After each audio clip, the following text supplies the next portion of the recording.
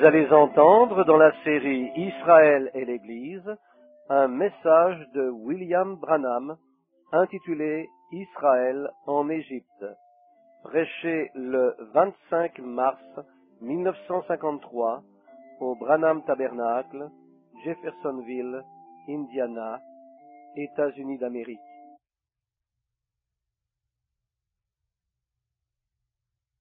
Israël en Égypte.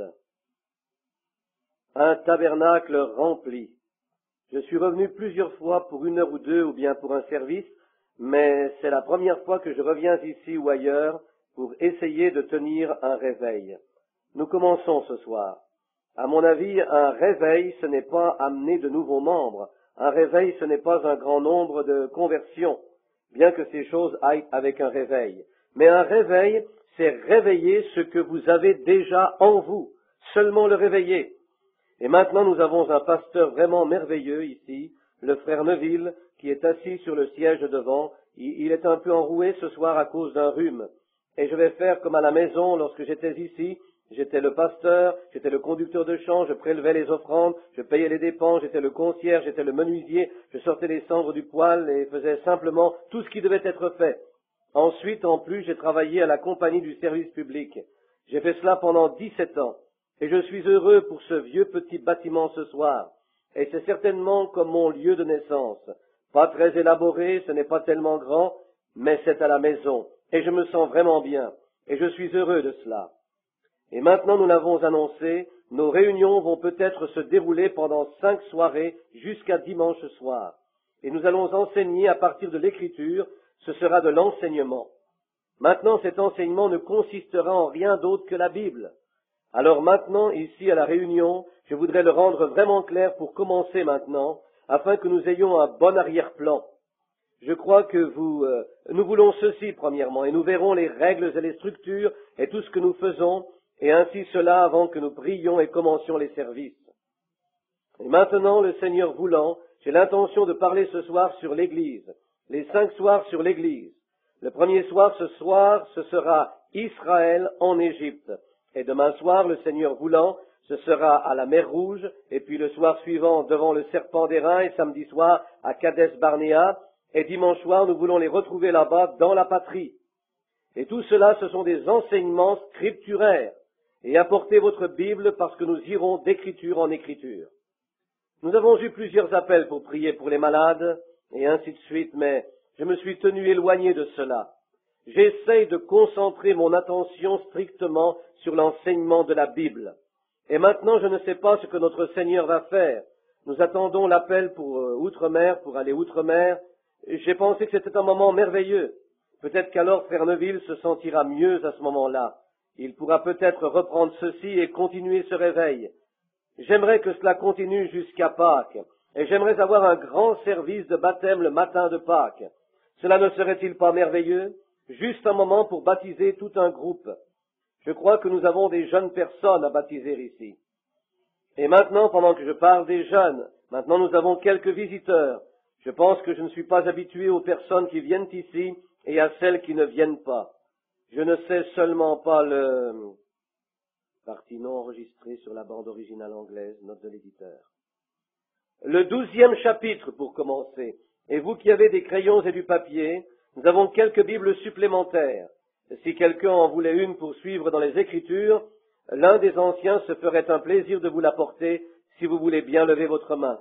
Nous avons 5 ou 6 Bibles ici, les autres sont seulement des Nouveaux Testaments, frères. Et je serai la plupart du temps dans l'Ancien Testament ce soir.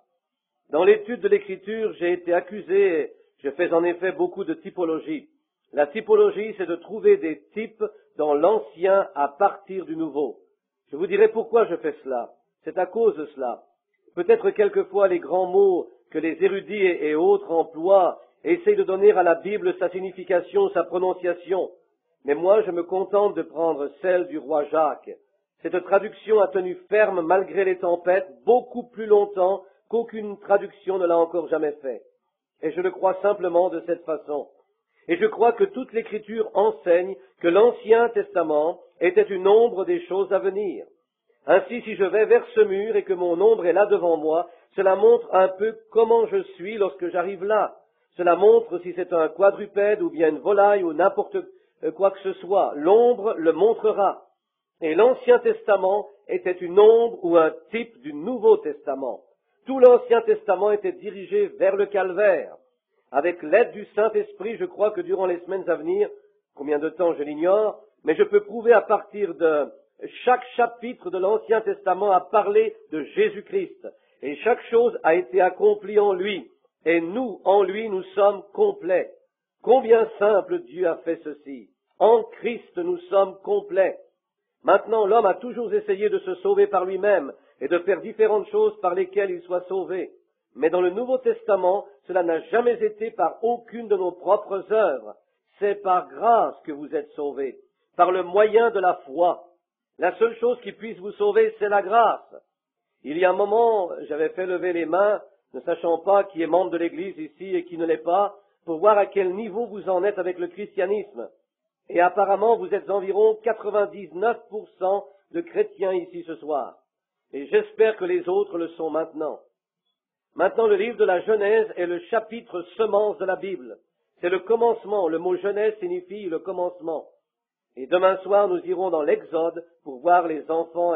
Le mot Exode vient du mot appelé hors de, sorti de.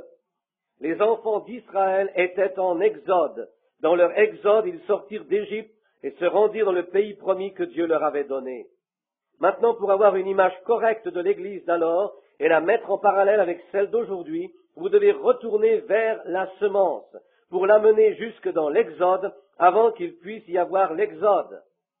Maintenant, ou bien l'apporter à un endroit où vous puissiez voir où est l'Église et comment ils étaient installés en Égypte, et alors vous verrez comment Dieu les a appelés à sortir. Et alors, durant le reste de la semaine, nous irons droit dans les Écritures comme cela, et ce soir, le Seigneur voulant, nous allons nous référer à beaucoup d'Écritures pour l'enseignement. Maintenant, la première chose que nous voulons voir est pourquoi la plus grande chose que j'ai trouvée parmi les chrétiens à travers le monde entier est une peur. Ils ont toujours peur. Et lorsqu'une petite maladie survient, ils ont peur. Beaucoup, je me demande quelquefois, et maintenant je suis avec vous, mais maintenant ce que j'essaye de faire ce soir et pendant cette semaine à venir, c'est d'essayer de chasser cette peur par la parole de Dieu. Maintenant vous viendrez me voir et direz, bien frère Branham, je crois ceci, maintenant je crois cela. Il y a une seule façon au monde de la prouver. Maintenant je ne peux pas marcher avec l'expérience de quelqu'un, avec un rite d'église de quelqu'un. Il y a une seule véritable preuve de tout ce qu'il en est, c'est la parole de Dieu. Maintenant, si la parole de Dieu dit une certaine chose, alors je suis obligé de croire que c'est la vérité. Récemment, un jeune prédicateur est venu vers moi et il me parla d'une certaine situation et dit qu'il avait prié pour cela. Et il dit que le Seigneur lui a révélé que c'était d'une certaine façon. Et je l'ai regardé un moment et j'ai dit, frère, c'est vraiment charmant. J'ai dit, j'apprécie que le Seigneur ait fait cela pour vous. Mais laissez-moi vous dire quelque chose, c'est contraire. Il dit, mais la vision vient de Dieu. Je dis, cela ne se peut pas, frère, parce que c'est contraire à la parole. Maintenant, nous devons prouver toute chose par l'Écriture. Parce que, si c'est contraire à ma foi, et cependant l'Écriture le dit, l'Écriture a raison et j'ai tort. Voyez-vous, l'Écriture a toujours raison. Et la seule façon dont vous puissiez faire quelque chose, c'est de vous référer à l'Écriture. Maintenant, est-ce vrai? Maintenant, j'aime vous entendre dire « Amen » lorsque vous croyez cela. Voyez-vous, « Amen » signifie « qu'il en soit ainsi ». Maintenant, nous ne pouvons pas... Quelqu'un me demandait l'autre jour, même aujourd'hui, au sujet d'une certaine personne qui avait beaucoup de succès à propos d'une certaine chose qu'il faisait. Et il disait « Oh, frère Bill, le Seigneur doit être dans cela. » Je dis « Il ne le peut pas. » Oh, dit-il, ils ont des conversions. Je dis « Cela ne se peut pas. » Parce que si c'était ainsi, ce serait contraire à sa parole. Alors Dieu ne va pas dire une chose et ensuite dire le contraire. Il va toujours dire la même chose. Voyez-vous, Dieu ne peut mentir. Dieu est infaillible. Ses paroles sont infaillibles. Pour être Dieu, il doit être souverain, voyez-vous, et il l'est. Et maintenant vous dites, bien, ne pensez-vous pas que si Dieu a fait une certaine chose ici, bien que la parole ne dise que... Je dis non, la Bible dit, celui qui retranche ou ajoute quelque chose dans ce livre, il sera effacé du livre de vie. Ainsi voilà la raison. toujours par tout ce que, non par expérience ou par les apparences, mais par ce que dit la parole de Dieu. Maintenant, le Nouveau Testament, Paul dit, même si nous, ou un ange du ciel venait et enseignait autre chose que ce que vous avez entendu, c'est Galates 1:8 si vous voulez l'inscrire, qu'il soit anathème pour vous. Maintenant, retournons en arrière, maintenant, et prenons le commencement, et découvrons combien la parole est sûre. Maintenant, gardez ceci dans votre pensée, et alors que nous glanons à travers cette Bible, vous verrez que les dents de la roue dentée de Dieu tournent lentement, mais sûrement. Cela peut vous sembler être éloigné d'1 million de kilomètres, mais elle continue toujours à broyer à ce même endroit, et un de ces jours, cela sera ici, peu importe comment c'est. Vous prenez n'importe quoi là-dedans, je souhaiterais que nous ayons 6 ou 8 mois d'études bibliques ici, pour prendre le livre de la Genèse et ne pas le quitter.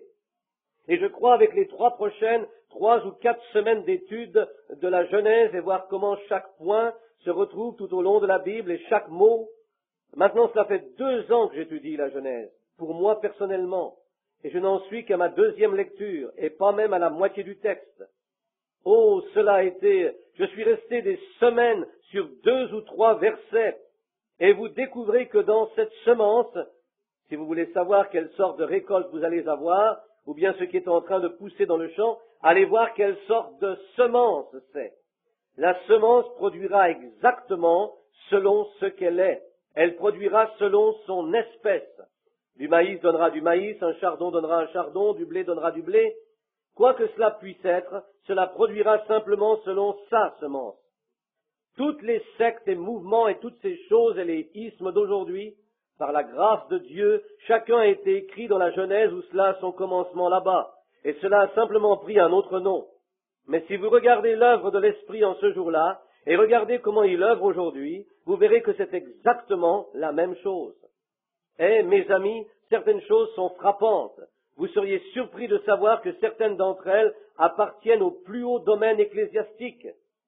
Maintenant, regardez simplement cet esprit, comment il a commencé à se manifester dans Caïn, comment il a progressé à travers Cam, puis à travers Nimrod, jusqu'à Babylone.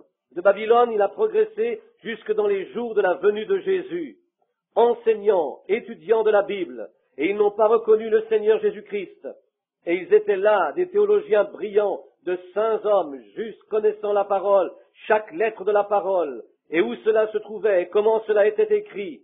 Ils la connaissaient par cœur, en long et en large, chaque rouleau de parchemin et tout.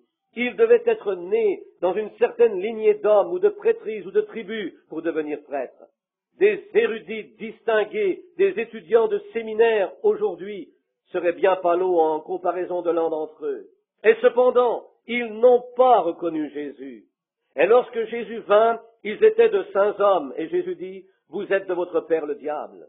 Il dit, vous êtes dans l'erreur, parce que vous ne connaissez ni la puissance de Dieu, ni la parole de Dieu. Pouvez-vous vous imaginer le Seigneur Jésus-Christ appelant un saint et juste théologien, un étudiant de la Bible, l'appelant un démon? Mais il le fit. Et maintenant, si vous voulez retourner en arrière, vous découvrirez d'où cela vient. Et regardez, cela est en train de sortir aujourd'hui avec une force terrible. Oh, mon frère, ma sœur, il vous appartient de considérer ce que vous êtes en train d'écouter. Et ne sous-estimez jamais la puissance de séduction du diable. Ne le sous-estimez jamais. Il est aussi mielleux qu'il peut l'être. Et l'esprit antichrist n'est pas le communisme. Non, l'esprit antichrist est si semblable à la chose véritable qu'il séduirait même les élus, si c'était possible. Jésus le dit, Matthieu 24, c'est un esprit religieux. Mais oui, Caïn et Abel étaient frères, le corbeau et la colombe étaient sur le même perchoir, Ésaü et Jacob étaient frères, Judas et Jésus étaient dans la même église. L'un était le prédicateur et l'autre le trésorier, voyez-vous. Il y a toujours cette séduction. Le mensonge que Satan fit à Ève était 90% de vérité. 90% de vérité. Et le mensonge que vous pouvez raconter, combien j'ai entendu d'hommes contourner des passages de l'Écriture simplement pour ne pas devoir, cela nuit à leur théologie, voyez-vous. Mais si cette partie-ci est juste, cette partie-là est juste. Rassemblons-les et faisons-les cadrer avec toute la Bible. Maintenant, au commencement, quand Dieu, nous n'avons pas le temps de retourner là-bas, mais nous allons commencer au début de l'Église. C'était lorsque Dieu, maintenant le mot Église signifie appelé hors de, les gens appelés hors de. Et je crois que dans chaque dénomination sous le ciel aujourd'hui, il doit y avoir de bonnes gens dans chacune d'entre elles. Et je crois que si Jésus vient, il y aura un groupe appelé hors de. Et je crois que nous sommes bien loin de la venue du Seigneur en ce qui concerne l'Église. Nos conditions n'étant pas des conditions pour la venue du Seigneur. Nous ne pouvons pas avoir la foi pour la guérison divine, alors ne parlons pas de foi pour l'enlèvement. Quelque chose doit arriver. Et oui, si quelqu'un parle de l'enlèvement, on dit de quoi parlez-vous? Certaines personnes, des membres d'Église, vous parlez de guérison divine. Je ne crois pas en de telles choses. Ils ne peuvent pas voir. Ils disent, bien, je crois qu'on les a hypnotisés. Bien, comment cette personne pourrait-elle jamais aller dans l'enlèvement? Comment pourrait-elle ressusciter des morts quand il n'y a rien d'où elle pourrait ressusciter? Il n'y a rien là-dedans pour la ressusciter. C'est simplement un semblant de foi. C'est mental, psychique. Lorsque vous dites, je crois que Jésus-Christ est le Fils de Dieu, c'est très bien. Mais frères, si cela ne vient pas du cœur, eh bien c'est seulement mental. Et cela ne peut pas venir du cœur tant que le Saint-Esprit n'en rend pas témoignage. Jésus dit que personne, ou la Bible dit, personne ne peut dire que Jésus est le Christ si ce n'est par le Saint-Esprit. Et vous ne pouvez le dire de vous-même, c'est le Saint-Esprit qui doit le dire par vous. Regardez lorsque Pierre le confessa, il dit, tu es le Christ, le Fils du Dieu vivant. Il dit, béni sois-tu, Simon, fils de Jonas, car ce ne sont pas la chair et le sang qui t'ont révélé cela, mais mon Père qui est dans les cieux. Et je dis que tu es Pierre, et sur ce rocher, je bâtirai mon église, et les portes de l'enfer ne prévaudront point contre elle. N'est-ce pas vrai? Ainsi, vous voyez où nous en sommes. Maintenant, allons au cœur du sujet. Maintenant, nous allons commencer. Au commencement, Dieu appelant du ciel, appelant son peuple à sortir. Est-ce que je parle trop fort, frère Cox, ou pas assez fort? Un peu trop fort. Je suis désolé. Cette chose donne une voix formidable, et je suis habitué aux grandes vieilles granges, et aux auditoriums, et aux réunions en plein air, et je suppose que je crie un peu trop fort. Ce n'est pas que je veuille vous crier après. Maintenant, dans Genèse, le 12e chapitre, commençons notre premier passage ce soir. L'Éternel dit à Abraham, va-t'en de ton pays, de ta patrie et de la maison de ton père, dans le pays que je te montrerai. Je ferai de toi une grande nation, et je bénirai ceux qui te bénissent, je rendrai ton nom grand, je bénirai ceux qui te béniront, et je maudirai ceux qui te maudiront, et toutes les familles de la terre seront bénies en toi. Abraham, avec son père, arrivait de Babylone, et se rendait à Shinéar, la vallée de Shinéar, où beaucoup voyagèrent après la destruction de Babylone, ou après que la confusion fut arrivée. Le père d'Abraham avait fait descendre Abraham et ses bien-aimés à Shinéar. Et dans tout ce pays, parmi tous ces gens, Dieu trouva la faveur d'un seul, ou plutôt un seul homme trouva la faveur de Dieu. Maintenant, je voudrais que vous remarquiez que ceci est le commencement du christianisme, de l'Église. Et je voudrais que vous remarquiez, ce n'était pas parce que Abraham était un homme bon, c'était parce que Dieu a élu et choisi Abraham. Ce n'était pas Abraham qui choisit Dieu, c'était Dieu qui choisit Abraham. Pouvez-vous voir cela? Et maintenant, regardez. Maintenant, comme c'était alors, il en est de même aujourd'hui. Ce n'est pas vous qui choisissez Dieu, c'est Dieu qui vous choisit. Maintenant, ceci peut être très fort et je voudrais que vous y fassiez attention immédiatement après le choix, l'élection. C'est la séparation de toute autre chose dès qu'il appelle, il choisit, appelle. Alors, lorsqu'il appelle, il vous sépare de toute chose qui s'accroche à vous. Cela prouve que ce n'est pas une dénomination, ce n'est pas 2 ou 3 personnes ensemble. Il attend chaque individu. Amen. C'est une affaire individuelle avec chaque personne. Ce n'est pas parce que ma mère là-bas est sauvée que je suis sauvé. C'est parce que Dieu m'a choisi, en Christ. Je veux que vous voyiez cela. Ce n'est pas vous qui vous choisissez, pas votre propre choix, ni combien vous avez prié, ni lorsque vous avez tourné une nouvelle page. Vous n'avez rien eu à faire avec cela. C'était Dieu. Oh là là. Lorsque vous voyez ce qu'est la vérité, vous dites, Vous voulez dire que je ne me suis pas tourné vers le Seigneur? Et non, en aucune façon, vous n'auriez pu vous tourner vers le Seigneur. Votre nature entière, votre constitution était contre Dieu. Dieu vous a appelé. Cela a toujours été ainsi. Dans le jardin d'Éden, lorsque l'homme a péché premièrement, regardez à la nature d'un pécheur, il se cache. Mais cela aurait dû être Adam qui appelait Dieu. Or, c'était Adam qui se cachait et Dieu qui appelait Adam. Le voyez-vous? C'est la nature du pécheur de se cacher, de partir en courant, de se mettre derrière quelque chose. Mais c'est Dieu qui appelle. Oh là là! Grâce, grâce étonnante. Dieu qui appelle. Et maintenant, regardez, vous dites, oh, c'était Adam et Ève. C'est toujours la même chose à travers toute la Bible. Jésus dit, nul ne peut venir à moi si mon Père ne l'attire. Est-ce juste? Maintenant, c'est la parole. Et c'est comme cela que nous voulons la parole. Alors, vous savez où vous vous tenez. Combien ici sont chrétiens ce soir, savent qu'ils sont chrétiens, et en qui il y a quelque chose qui dit qu'ils sont chrétiens? Oui, très bien, vous voyez. Alors, vous devriez être les gens les plus heureux du monde. Vous devriez simplement croire cela. Oh là là, c'est facile.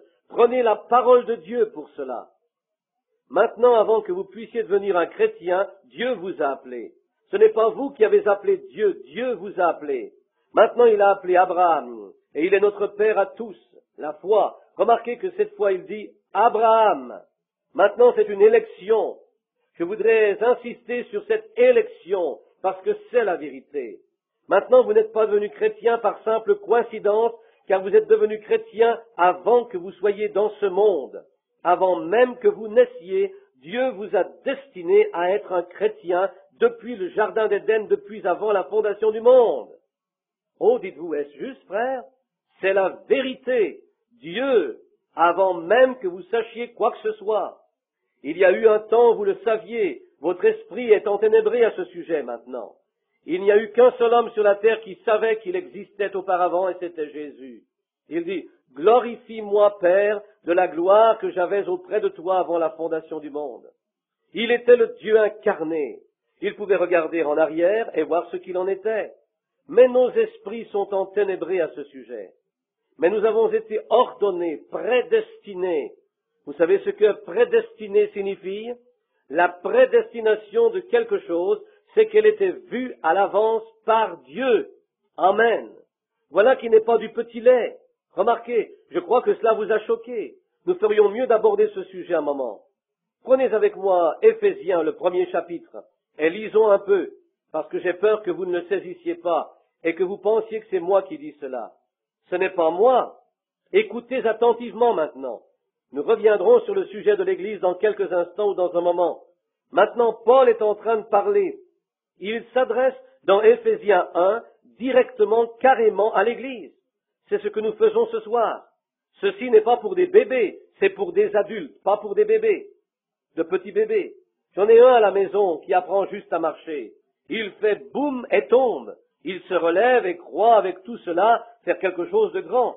J'étais comme cela un jour, mais maintenant je suis un homme et j'ai laissé les choses de l'enfance. Maintenant nous devons venir à la pleine doctrine. J'aime les bonnes vieilles réunions où on crie, où nous pouvons taper des mains, ou bien nous crions et avons un bon moment, de grands services pleins de puissance, etc., où on se réjouit en quelque sorte comme des enfants. Mais attendez que le temps de la grande démonstration finale arrive. Vous ne savez pas où vous vous tenez. Revenons en arrière et voyons, découvrons ce qui nous fait faire cela. Revenons au fondement, voyons où nous en sommes. Paul, apôtre de Jésus-Christ par la volonté de Dieu. Oh, que j'aime cela. Ce n'est pas un séminaire qui m'a envoyé. La volonté de Dieu à ceux qui sont à Éphèse. Maintenant, regardez, il l'adresse aux fidèles en Jésus-Christ. Regardez, il l'adresse directement à qui? Pas aux pécheurs, pas aux bébés, mais à ceux qui ont atteint l'état adulte. Paul, apôtre de Jésus-Christ, par la volonté de Dieu. Regardez. Que la grâce et la paix vous soient données de la part de Dieu le Père et du Seigneur Jésus-Christ.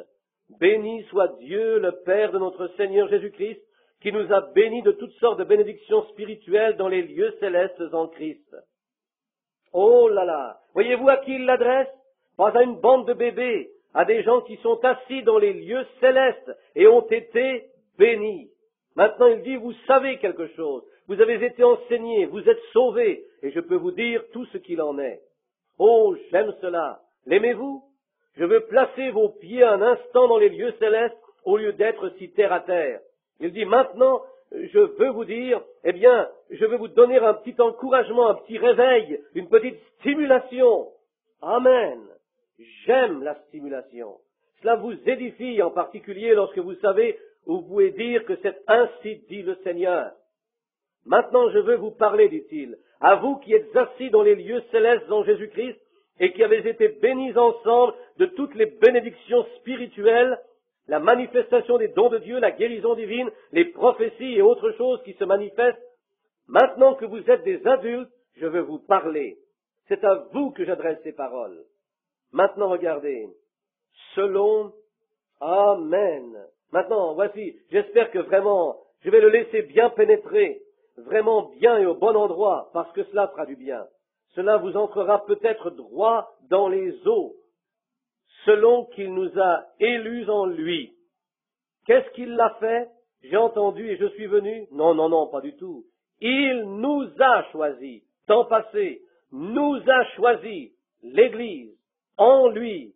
Il y a combien de temps, Paul? La semaine passée? Ou bien quand vous teniez ce réveil? Non, avant la fondation du monde.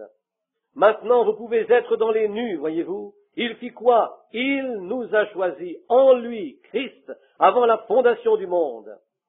J'aurais aimé que nous ayons un moment pour aller dans Job 7:37 et voir là où il est dit, où étais-tu quand je fondais la terre, avant que je pose les fondations du monde? Dis-le, sur quoi ces bases sont-elles appuyées? Ou bien où étais-tu alors que les étoiles du matin éclataient en chants d'allégresse et que les fils de Dieu poussaient des cris de joie? Il dit à Job, saint et rein comme un vaillant homme, je veux te parler. Maintenant, Paul dit, il nous a choisis en lui, l'Église, avant la fondation du monde. Maintenant, remarquez, pour que nous soyons saints, pas notre propre sainteté. Bien dites-vous, croyez-vous dans la sainteté, frère Branham? Bien sûr, pas la mienne, la sienne. Ma sainteté n'est rien, la sienne est parfaite. Bien, vous dites alors, croyez-vous qu'il soit permis de boire ou... Non, je n'ai jamais dit cela. Regardez, un grain de blé ne peut produire que du blé. Il ne peut pas produire de chardon. Il n'y a pas de désir en lui, il n'y a pas de vie en lui pour produire des chardons. Et si nous sommes en Jésus-Christ, ne vous laissez pas séduire. Vous feriez bien de sonder ceci un moment maintenant. Voyez-vous, si vous continuez à dire, bien, cela ne me condamne pas de faire ceci, cela ne me condamne pas de faire cela, les choses du monde. Maintenant, je vais vous choquer un petit peu, vous caresser à rebrousse-poil, mais ceci serait l'évidence même que vous n'avez jamais été à Christ. Vous n'êtes jamais né de nouveau. Celui qui aime le monde ou les choses du monde, l'amour de Dieu n'est point en lui. Maintenant, si vous arrêtez de faire cela parce que vous savez que vous devez le faire, et arrêtez de faire ceci, c'est le signe que vous n'êtes encore nulle part. Lorsque cette chose meurt en vous, et que sa nature est partie, il y a une autre personne là-dedans, et elle peut seulement produire le Saint-Esprit qui était en Christ, en vous, produit une vie comme Christ. Ce n'est pas ce que vous faites, c'est ce qu'il fait. Il a choisi cela avant la fondation du monde. Quelqu'un me dit, bien, je sais que je suis sauvé parce que j'ai arrêté de fumer.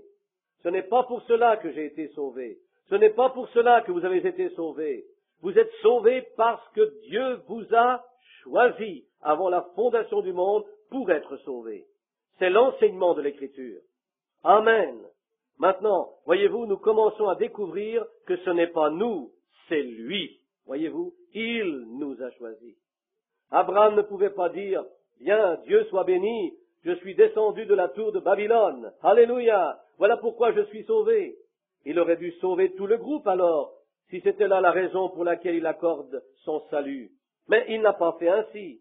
Il a élu Abraham. Et cela a été le commencement même de notre salut qui a été donné à l'homme lorsqu'il l'a appelé, élu, prédestiné et lui a donné une promesse et fait une alliance avec Abraham et sa semence pour toujours. Maintenant, nous pourrions continuer et lire un chapitre entier sur cela, mais nous n'avons pas le temps. Maintenant, Dieu a appelé.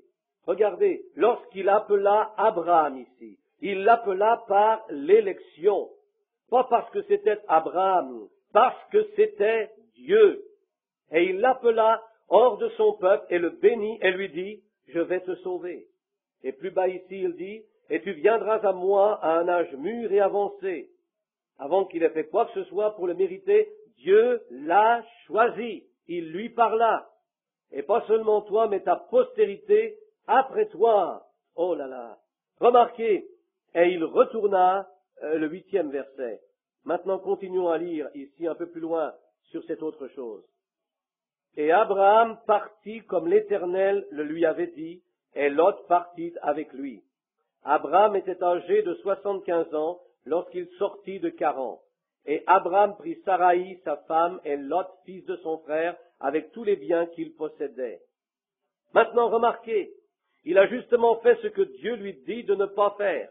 Abraham prit Lot, son neveu, et il prit aussi son papa.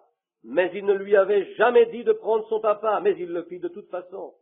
Et n'importe quel lecteur de la Bible, vous pourrez lire ceci dans la Genèse demain, quand vous en aurez le temps. Remarquez, cela a été une ombre au tableau, jusqu'à ce que le vieil homme meure. Il était une pierre d'achoppement tout le long du chemin. Et avec Lot, c'était pareil. Dieu appela Abraham et pas Lot. Il appela Abraham et pas son papa. Bien, vous dites, qu'en est-il de Sarah? Un homme et sa femme sont un, voyez-vous. Ils sont une seule chair, la Bible dit. Très bien. Mais il appela Abraham et lui dit de se séparer de tout ce qu'il avait et d'aller dans un pays étranger. Regardez, une séparation. Aller dans un pays étranger dont on ne sait rien, c'est le christianisme. Une séparation d'avec les choses du monde, parce que Dieu vous a appelé. Aller dans un autre pays pour habiter parmi des gens au sujet desquels vous ne savez rien, pour être un pèlerin. Amen. Lorsque je pense à cela, je peux à peine garder mes pieds sur terre. Pèlerin, étranger. Le vieux Jacob, en mourant, se tenant devant Pharaon, dit, « J'ai été pendant tant d'années dans mon pèlerinage. » Amen. Qu'était-il? Il commençait à revenir à lui-même. Le petit gars s'était si mal comporté, il savait qu'il était seulement un pèlerin ici. Maintenant, remarquez, nous arrivons au 8e verset. Et Dieu promet à Abraham ici comment il va le sauver, lui et sa postérité après lui. Maintenant, il fit l'alliance inconditionnellement. Il ne fit pas cela simplement parce que c'était Abraham. Il n'a pas dit maintenant, Abraham, si tu fais ceci, si tu fais cela. Il dit, Abraham, je l'ai déjà fait. Tu n'as rien à faire, je l'ai fait moi-même. Amen. Oh là là, quand je pense à cela, Dieu l'a fait lui-même, inconditionnellement. L'alliance de Dieu est inconditionnelle. Vous dites, eh bien frère, j'ai arrêté de manger de la viande, je ne fais pas ceci, Frère, cela n'a rien à voir avec ceci. Cela ne dépend pas du fait que vous mangez de la viande ou que vous ne mangez pas de viande, que vous gardez les jours de sabbat ou les nouvelles lunes, ou que vous alliez à l'école du dimanche, le dimanche ou quoi que ce soit. Vous êtes sauvés inconditionnellement.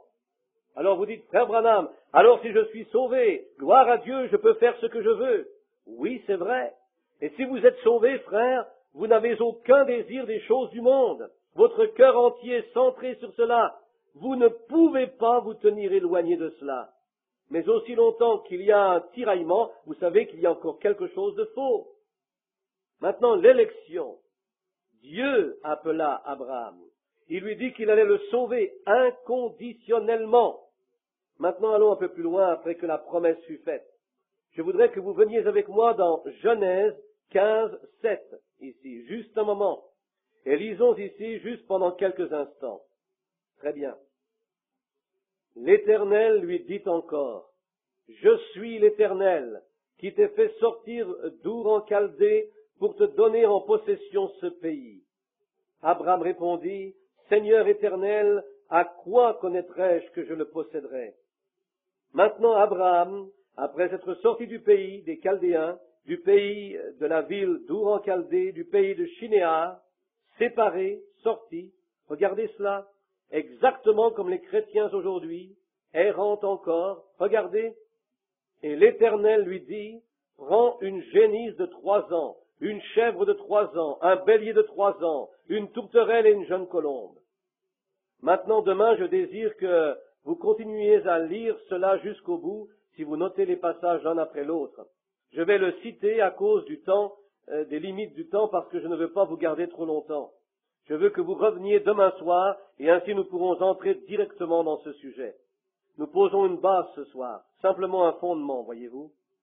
Maintenant, il prit ces animaux, la génisse, la chèvre et le bélier, et une tourterelle, une colombe. Il partagea le bélier et la génisse, et ainsi de suite, et les étala par terre. Il posa la tourterelle là, et sans la couper.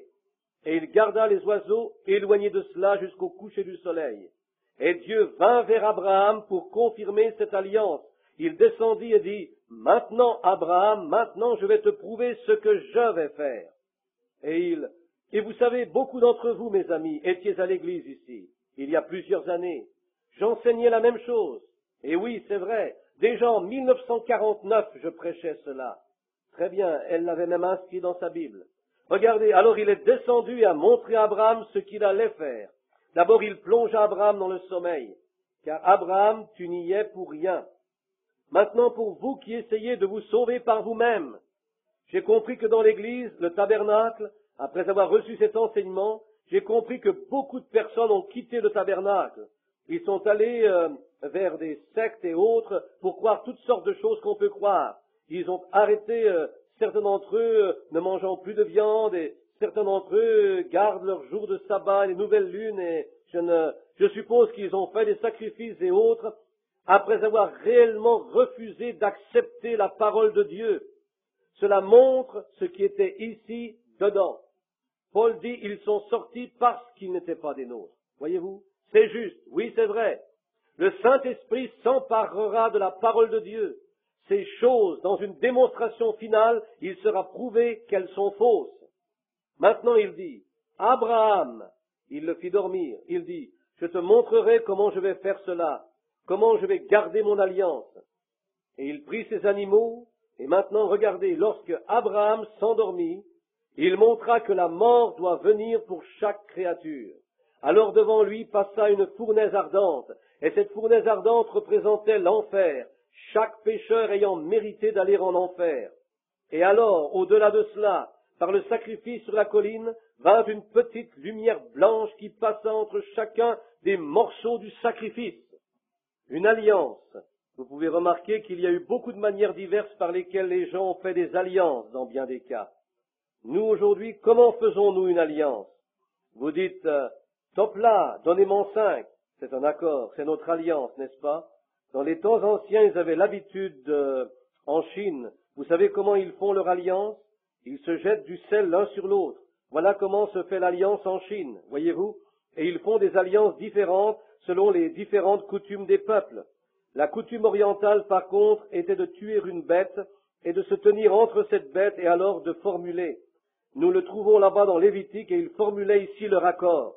Et cet acte était déchiré en deux au-dessus de cette bête morte. Et ils prêtaient serment au-dessus de cette bête morte pour signifier que s'ils brisaient cette alliance, leur corps serait comme celui de cette bête morte. Et ils donnaient à chacun un morceau de l'acte et puis on les renvoyait chez eux.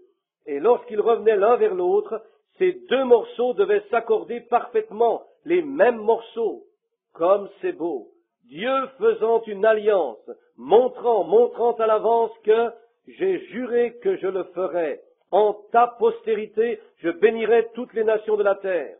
Lisez-le. Je bénirai les gentils, je bénirai les noirs, les jaunes, les blancs. Je bénirai chacun d'entre eux à travers ta postérité. Car de toi sortiront des rois et des princes. Comment le feras-tu, Seigneur? Je te le montrerai.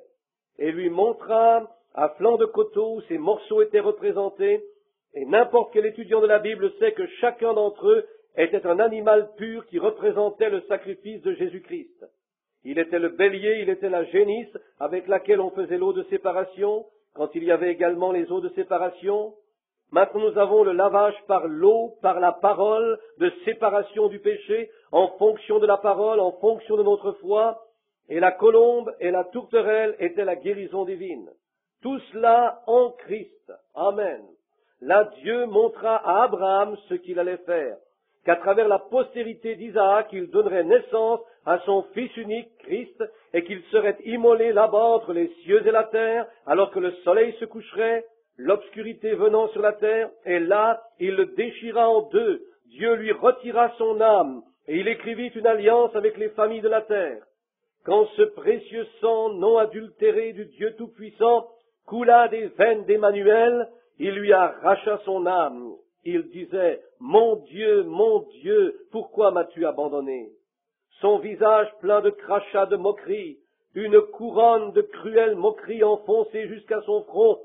Les clous utilisés, c'étaient des pointes romaines, son côté percé, son dos déchiré, jusqu'à ce que l'on voie ses côtes suspendues à la croix, criant, mourant la mort du pécheur, avec le péché du monde sur lui. Et là, Dieu déchira son côté, lui arracha son âme lorsqu'il dit, « Je remets mon esprit entre tes mains. » Et que sa tête s'affaissa. Et la terre trembla et vomit ses rochers.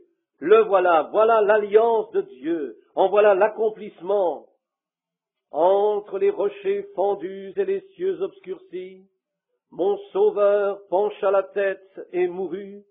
L'ouverture du voile révéla le chemin des joies du ciel et du jour sans fin. Ô calvaire, Jésus saigna et mourut pour moi. Alors il arracha l'âme de son propre fils, prenant sa part de l'alliance, et il mit le corps dans le sol. 3 jours et 3 nuits le corps demeura là, puis il ressuscita, car il est impossible que mon sein voie la corruption. Je n'abandonnerai pas son âme en enfer. Et son âme était son esprit qui descendit en enfer. Et il se leva pour descendre, c'est-à-dire Dieu, et releva son corps, et lui donna la vie, et il prit le corps de Jésus et le plaça à sa droite dans la gloire, puis renvoya le Saint-Esprit en tant qu'alliance. Nous y voici, ne manquez rien de cela, frères. Sans le baptême du Saint-Esprit, vous êtes perdus. C'est le seul, vous n'aurez pas à vous soucier du moyen d'entrer au ciel. S'il n'y a rien ici de surnaturel, les portes ne peuvent pas s'ouvrir. Vous pourriez marcher là et cogner votre tête contre elles, mais si l'Esprit de Dieu est en moi, l'Esprit de Dieu à l'intérieur enlèvera la porte de ses gonds. Vous devez avoir la chose ici pour pouvoir ouvrir la porte là-haut, c'est vrai. Ainsi vous êtes déjà jugés rien que sur ce que vous pensez de Jésus-Christ. Maintenant, le voici venir, lacéré, cloué, arraché en morceaux. Son âme est allée vers Dieu, Dieu l'a béni, et puis son âme est revenue sous forme du baptême du Saint-Esprit qui vient dans chaque croyant pour sanctifier, purifier les pensées, purifier le cœur et laisser une portion du Saint-Esprit dans cette personne-là, celle-ci là-bas. Et lorsque le Saint-Esprit se répartit, ce même Saint-Esprit qui a fait sortir le corps de Jésus hors de la tombe sera enlevé. Et cette alliance doit s'ajuster comme il a déchiré le corps alors et l'a donné. Il est retourné à Dieu et l'Esprit est revenu sur la terre. Alors votre esprit devra être de la même sorte que cet esprit, ou alors il manquera ce lieu de rencontre. Amen. Oui, c'est vrai. Non parce que vous l'avez fait vous-même, mais parce que quelque chose, l'amour de Dieu, s'est étendu dans votre âme et a déchiré et chassé chaque idole terrestre. Voilà. Il y a en nous quelque chose qui crie et appelle Dieu. C'est votre âme à l'intérieur qui appelle le Père Céleste. Vous y voilà. Cela vous donne une telle foi que vous devenez la postérité d'Abraham. Vous croyez la promesse de Dieu comme Abraham l'a cru. Bien qu'elle tarde, vous la croyez pourtant. Fidèle, Abraham ne chancela pas par incrédulité envers la promesse de Dieu, mais il était fort et donnait la gloire à Dieu. Et vous ne pouvez pas rester sauvé d'un réveil à un autre. Et alors vous vous appelez la postérité d'Abraham? Vous feriez mieux de considérer premièrement une chose. Ne vous trompez pas sur quoi que ce soit. Restez droit avec la parole. Abraham ne chancela pas par incrédulité au sujet de la promesse de Dieu. Lorsqu'il lui dit qu'il lui donnerait un fils, il attendit 25 ans, se fortifiant tout le temps. Il croissait en grâce et dans la connaissance du Seigneur. Amen. Je n'avais pas l'intention de prêcher, mais c'est seulement quelque chose qui a commencé à prêcher en moi. Très bien. Dieu appelant, choisissant. Maintenant, pourquoi ne pas faire face à la réalité? Il y a des gens qui ne seront jamais sauvés. Il y a des gens qui ne seront Jamais sauvé quoi qu'il fasse. Cela, vous le savez. Il y a des gens qui sont prédestinés à être perdus. Il y a des gens qui sont prédestinés à être sauvés. Tous ceux qui sont prédestinés à être sauvés seront sauvés, de toute façon. Cela ne semble pas si clair. Il semble que vous ne le saisissiez pas. Regardons dans la Bible. Trouvons-le donc, voyons ce que Dieu dit. Allons dans le Nouveau Testament, premièrement. Lisez-moi Romains 9, juste une minute, et nous verrons si cela est juste ou pas. Nous verrons si Dieu a dit que certains allaient être perdus et que d'autres subsisteraient. Aimez-vous la parole de Dieu? Bien, voyons donc ce qu'elle dit. Maintenant, écoutez attentivement. Prenez votre temps. Ne soyez pas pressés. Et regardez Romains 9, c'est Paul qui parle. Le Nouveau Testament. Il vous fait parcourir beaucoup d'endroits dans l'Ancien. Et vous qui prenez des notes, inscrivez aussi Jude 4, tant que vous y êtes. Des hommes dont la condamnation est écrite depuis longtemps, des hommes qui changent la grâce de Dieu en dissolution qui court après des convoitises mondaines. Et ici, dans Timothée aussi, où il est dit, de même que Jannes et Jambres s'opposèrent à Moïse et à Aaron, de même ces hommes s'opposent à la vérité, des hommes étant corrompus d'entendement. Dieu a dit qu'ils apparaîtraient et ils y sont. Regardez les choses fausses. Vous allez à tel endroit, vous allez dans ces églises pentecôtistes, méthodistes, baptistes, de la sainteté, où que ce soit que vous voulez aller, vous trouverez des gens qui imitent cela, des gens qui se font passer pour des croyants. Bien, gloire à Dieu, alléluia.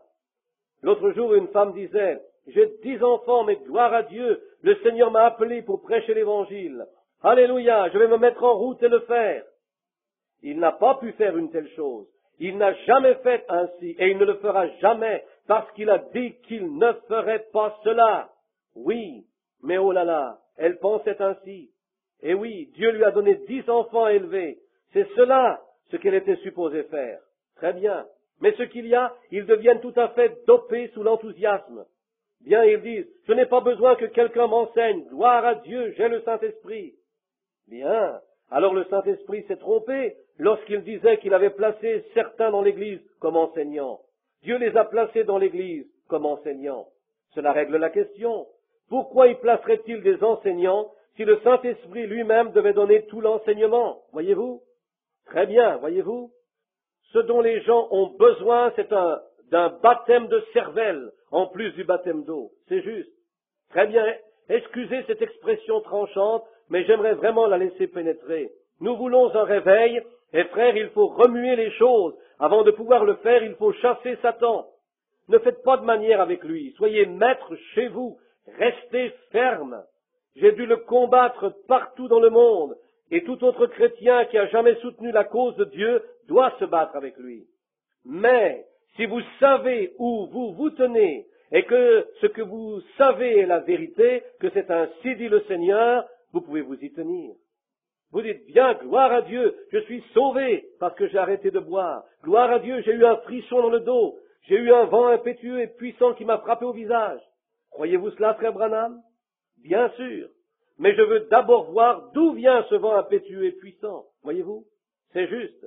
Vraiment. Ce sont des frissons, très bien. Mais je ne suis pas sauvé parce que j'ai eu des frissons ou parce que j'ai eu un vent impétueux et puissant. Ne croyez-vous pas cela, frère? Si, je le crois. Mais attendez une minute. Revenons ici juste un moment. Le diable a des contrefaçons dans ce domaine. Je suis sauvé parce que j'ai satisfait aux conditions de Dieu. Il m'a appelé et je savais qu'il m'appelait. Je l'ai accepté sur sa parole. C'est pourquoi je peux dire à Satan, ainsi dit le Seigneur. Lorsque Jésus était ici sur la terre, il était Dieu. Il était Emmanuel. Dieu était en Christ réconciliant le monde avec lui-même. Il n'a jamais utilisé un seul de ses grands dons lorsqu'il fit face à Satan. Il dit, il est écrit, l'homme ne vivra pas de pain seulement. Il est écrit, tu ne tenteras pas le Seigneur ton Dieu. Il l'a vaincu, c'est cela. Il faut connaître les Écritures. Satan les connaît aussi. Mais vous devez savoir comment utiliser correctement la parole de Dieu. Voyez-vous? Remarquez, écoutez Paul qui parle. Combien veulent accepter la doctrine de Paul? Il dit, si un ange enseignait quelque chose d'autre, qu'il soit anathème. Je dis la vérité en Christ, je ne mens point, ma conscience m'en rend témoignage par le Saint-Esprit. Écoutez Paul qui s'affirme, voyez-vous, il présente les choses de telle façon que vous soyez absolument convaincus que j'éprouve une grande tristesse, un chagrin dans mon cœur, car je voudrais moi-même être anathème pour mes frères, mes parents selon la chair. Vous avez entendu dire, oh, tous les Juifs font partie du peuple choisi de Dieu. Ce n'est pas juste, ce n'est pas juste. Les Juifs ne sont pas le peuple choisi de Dieu, voyez-vous. Ils ne le sont pas. Maintenant, écoutez, voyez si Paul ne dit pas la même chose. Et il était un Juif. Voyez, Abraham avait 11 fils, vous savez cela, n'est-ce pas? Et ils étaient tous la postérité d'Abraham. Ils étaient tous la postérité d'Abraham, mais en Isaac sera nommée pour toi une postérité. Pas dans le reste d'entre eux, pas en Ismaël, pas dans les 9 autres fils qu'il avait de sa 3e femme. Non, c'était en Isaac était nommée la postérité. Attendez, je crois que c'est dans le même chapitre. Qui était israélite, à qui appartiennent l'adoption et la gloire et l'alliance et la loi et le culte et les promesses. Maintenant, il parle d'Israël. Faites donc bien attention à ce qu'il dit. Et les patriarches, et de qui est issu selon la chair le Christ, qui est au-dessus de toutes choses, Dieu béni éternellement. Amen. Ce n'est point à dire que la parole de Dieu soit restée sans effet, car tous ceux qui descendent d'Israël ne sont pas Israël. Est-ce juste? Alors tous les Juifs ne sont pas Israël. Ils ne le sont pas. Voyez donc. Et pour être la postérité d'Abraham, cela ne fait pas d'eux des Israélites. Maintenant, regardez, que typifiez-vous, frère Branham? Je typifie l'Église. Tous ceux qui confessent Christ ne sont pas des chrétiens. Tous ceux qui vont à l'Église ne sont pas des chrétiens. Tous ceux de la postérité d'Abraham n'avaient pas la promesse. C'était une semence élue, voilà la promesse. Et la promesse avait été annoncée à Abraham. Et les élus de Dieu étaient prédestinés avant la fondation du monde. Voyez-vous? Remarquez. Et pour être la postérité d'Abraham, ils ne sont pas tous ses enfants, mais il est dit, en Isaac sera nommé pour toi une postérité. Pas dans le reste des Juifs, mais en Isaac. Christ est venu à travers Isaac. C'était la postérité d'Abraham, c'est Christ. Et alors la postérité d'Abraham, premièrement, n'était pas par une semence sexuelle, c'était sa foi que Dieu reconnaissait. Et c'est par la foi en nous que nous croyons que la mort, l'ensevelissement et la résurrection de Christ nous apportent la postérité d'Abraham. Et Abraham était circoncis comme un sceau de la promesse à sa foi. Maintenant, il ne l'a pas reçu du temps où il était circoncis, il reçut la promesse avant qu'il soit circoncis. Est-ce juste, frère ancien? Un frère dit, Amen, note de l'éditeur. Où est frère, l'autre prédicateur, je l'ai vu assis. Je suppose qu'il est en train d'enregistrer là-bas, le frère. Oui, très bien. Il reçut la promesse avant d'être circoncis. Romains 4 vous le dira. Il a reçu la promesse avant qu'il soit circoncis. Alors, il lui était donné la circoncision comme un sceau de son obéissance de foi. Maintenant, lorsque nous disons, c'est pourquoi Billy Graham, Charles Fuller et Billings et tous les autres, c'est pourquoi ils parlent de cela, eux les frères baptistes, j'ai dit cela à beaucoup d'entre eux, Rufus Mosley et à tout le groupe, j'ai dit. Il dit, bien, nous avons eu 20 000 convertis en 2 semaines. Il ne pourrait plus en retrouver 20. Je dis, ils n'étaient pas convertis. Oh, dit-il, ils ont accepté Christ comme leur sauveur personnel. Je dis, cependant, ils ne sont pas convertis. C'est juste. On n'est pas converti tant que... Converti signifie être changé. Et regardez, Paul, ou Pierre avait cru au Seigneur. Il avait été baptisé, il lui avait été donné le pouvoir de guérir les malades, chasser les démons, ressusciter les morts. Et Jésus lui dit la nuit avant la crucifixion, quand tu seras converti, affermis ton frère. Est-ce juste? Il était sauvé, sanctifié, il n'était pas converti. C'est l'Écriture. Oh, était-il sanctifié? Oui, il l'était. Jean 17, 17. Sanctifie les pères par la vérité. Pensez-vous qu'il aurait mis cet esprit dans un vase qui n'était pas en bon état? Et ils sont allés chasser les démons, ils sont revenus avec des cris. Très bien, les méthodistes, ils sont repartis criant, louant Dieu, disant, « Oh, les démons nous sont soumis !» Mais attendez, il y a Matthieu 10 où il dit, Ne vous réjouissez pas de ce que les démons vous soient soumis, mais réjouissez-vous de ce que vos noms sont écrits dans les cieux. Est-ce juste? Maintenant, je vais vous calmer juste une minute. Et Judas était avec eux. Est-ce juste? Judas était aussi bien qu'un canard dans la mare. Il criait, se réjouissait aussi, et il a suivi l'Église jusqu'à la Pentecôte. Mais lorsque ce fut le tour de la Pentecôte, le moment de recevoir le baptême du Saint-Esprit, il l'a refusé et a trahi Jésus. Et ça, c'était l'Antichrist. Et cet esprit aujourd'hui viendra jusqu'à nous et enseignera la justification par la foi, et tout cela, il continuera jusqu'au baptême du Saint-Esprit, et alors se révélera sous son vrai jour. C'est exactement cela. Et regardez les 10 vierges qui sortirent. 5, toutes étaient des vierges. 5 d'entre elles étaient folles. 5 avaient de l'huile dans leurs lampes. Qu'est-ce que l'huile? Le Saint-Esprit, voyez-vous. C'est juste. Elles étaient toutes vierges, vivaient correctement, des vies propres. Vous dites, bien frère, je ne vais pas à des soirées dansante, je ne vais pas voir des spectacles. C'est seulement la chose morale. À moins qu'il y ait eu quelque chose de surnaturel.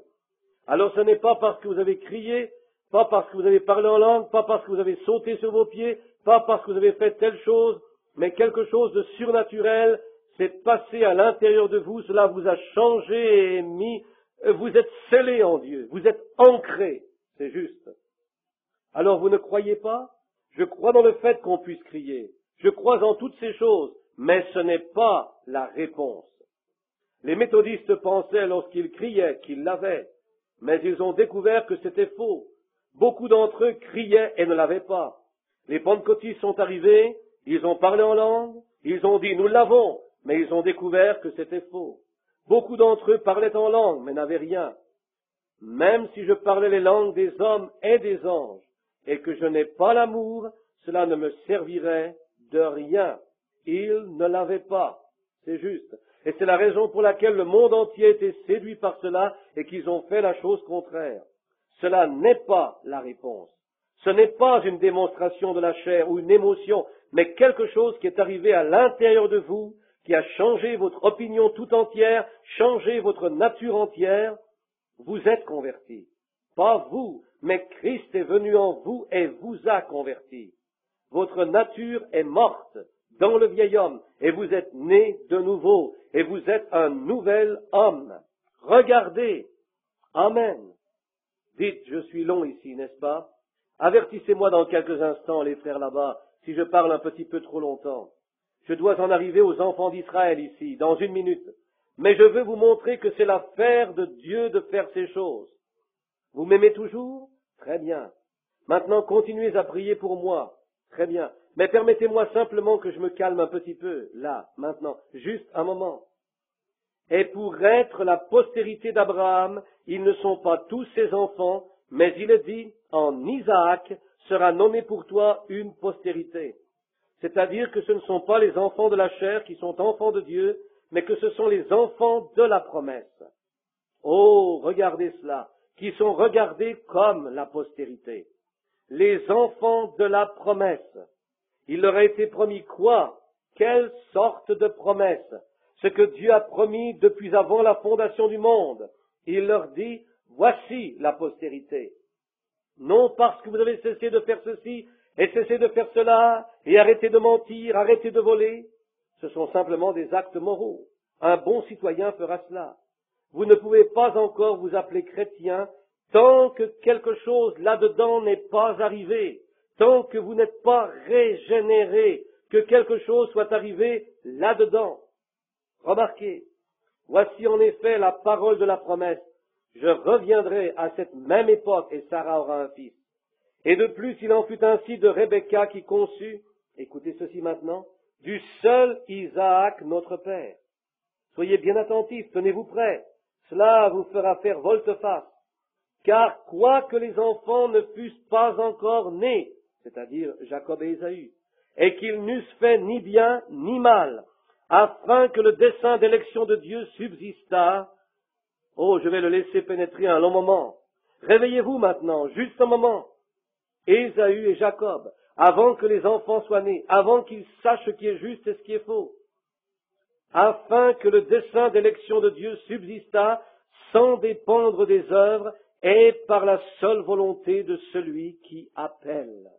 Oh, oh, je pensais qu'il fallait arrêter de manger de la viande pour être sauvé. Vous n'avez rien à faire avec cela. Si vous êtes sauvé, Dieu vous a appelé avant la fondation du monde et vous a sauvé. Est-ce juste? Maintenant regardez. Selon qu'il est écrit, il fut dit à Rebecca, l'aîné sera assujetti au plus jeune. Selon qu'il est écrit, j'ai aimé Jacob et j'ai haï Ésaü. Avant même qu'un enfant naisse, Dieu dit, j'ai aimé l'un et j'ai haï l'autre. Est-ce la parole de Dieu? Est-ce la parole de Dieu?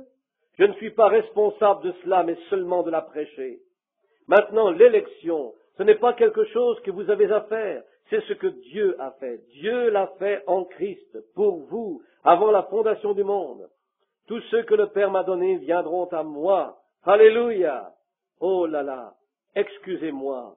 Je ne suis pas excité, mais je suis heureux. Tous ceux que le Père m'a donnés viendront à moi, et je ne mettrai point dehors celui qui vient à moi. Celui qui mange ma chair et boit mon sang dignement, après qu'il ait reçu l'Esprit, à la vie éternelle. Je le ressusciterai au dernier jour. Passage non enregistré sur la bande originale anglaise, note de l'éditeur. Que craignez-vous donc? Oh, Dieu l'a promis, c'est inconditionnel. C'est amour de Dieu qui retentit dans votre cœur, et vous savez que vous êtes passé de la mort à la vie. Vous aimez tout le monde, et le monde entier maintenant vous paraît différent. Votre âme est ancrée là-bas, et rien ne vous ébranle. Soyez simplement heureux et avancez. Gloire à Dieu. Ne laissez rien vous retourner. Oh, vous pouvez sortir, vous refroidir, être secoué un petit peu, mais cette semence de Dieu restera fidèle. La Bible dit, si nous lui sommes infidèles, lui restera fidèle. Il est fidèle. Il reste fidèle. Maintenant, regardez, lisons. Que dirons-nous alors? Que dirons-nous donc? Écoutez Paul. Y a-t-il en Dieu de l'injustice? Loin de là. Y a-t-il de l'injustice? Car il dit à Moïse, je ferai miséricorde à qui je fais miséricorde, j'aurai compassion de qui j'ai compassion. Ainsi donc, si cela ne dépend ni de celui qui veut, oh, dites-vous, gloire à Dieu, alléluia, je serai sauvé avant de mourir. Vous serez sauvés? Dieu a dit quelque chose à ce sujet. Ni de celui qui veut, non donc, ni de celui qui court, quoi? Mais de Dieu qui fait miséricorde. Ce n'est ni celui qui court, ni celui qui veut, mais Dieu qui fait miséricorde. C'est l'élection de Dieu. Dieu fait ce qu'il veut. Maintenant, remarquez un petit peu plus loin. Je l'ai inscrit en rouge ici, si bien que tout est recouvert et je peux à peine parvenir à lire. C'est que je l'ai lu si souvent. Car je ne sais pas ce qu'il y a écrit ici. Oui, c'est effacé. Je vois que c'est ici. Cela a tout été masqué par l'encre rouge ici.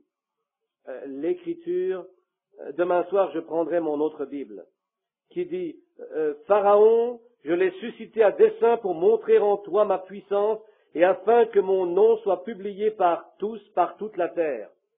Dieu a suscité Pharaon et endurci son cœur. Dans ce but, Dieu a suscité Judas Iscariote. Il est né ici-bas, fils de la perdition. Est-ce juste? Dieu parla d'Ésaü et de Jacob avant même qu'ils soient nés. Il parla à leur mère de tout ce qui allait arriver. Il avait haï l'un et aimé l'autre. Est-ce vrai? Ainsi c'est Dieu qui fait tout en tout, et vous n'y êtes pour rien. Et si Dieu vous a appelé, l'amour de Dieu retentit dans votre cœur. Et tous ceux qu'il a appelés viendront à lui, et aucun d'eux ne sera perdu. Dieu l'a promis. Il dit, aucun d'entre eux ne sera perdu.